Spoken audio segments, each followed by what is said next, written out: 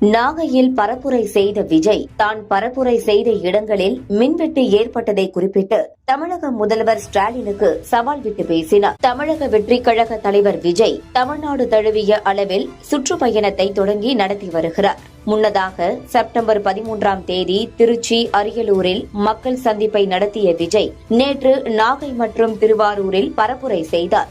நடந்து முடிந்த 4 மாவட்டங்களிலும் கட்டுக்கடங்காத கூட்டம் கூடிய நிலையில் திருச்சியில் விஜய் பேசிய போது மைக்கில் ஏற்பட்ட தொழில்நுட்ப கோளாறு விவாத பொருளாக மாறியது.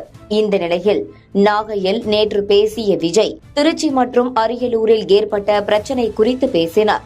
அப்போது அரியலூருக்கு செல்லும் போது அந்த பகுதியில் பவர் கட், திருச்சிக்கு போன போது பேசுகையில் ஸ்பீக்கர் ஒயர் கட்டானது. ஒன்றிய அரசு சார்பில் பிரதமர் மோடியோ உள்துறை அமைச்சர் அமித்ஷாவோ வரும்பொழுது இதேபோன்று பவர் கட் செய்வீர்களா, நிபந்தனைகள் விதிப்பீர்களா என்று கேள்வி எழுப்பினார். இப்ப ஒரு RSS தலைவர் இங்க வராருன்னு வச்சுக்கோங்க, இல்ல நம்ம பிரதமர் மோடிஜி அவர்களோ இல்ல உள்துறை அமைச்சரோ இங்க வராருன்னு வச்சுக்கோங்க, இந்த மாதிரி கண்டிஷன்ஸ் எல்லாம் போடுவீங்க, இந்த மாதிரி பவர் கட் பண்ணுவீங்க, இந்த மாதிரி வயர் கட் பண்ணுவீங்க, கொஞ்சம் கட் பண்ணி தான் பாருங்களேன்.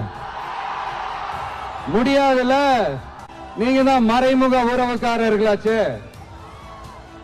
திருச்சி மற்றும் அரியலூரில் நடந்தது என்ன, நாகையில் விஜய் முரணாக பேசினாரா என்று விசாரித்தோம். அதன்படி திருச்சியில் செப்டம்பர் 13ஆம் தேதி விஜய் பரப்புரை செய்ய வந்தபோது மின்தடை ஏற்பட்டுள்ளது.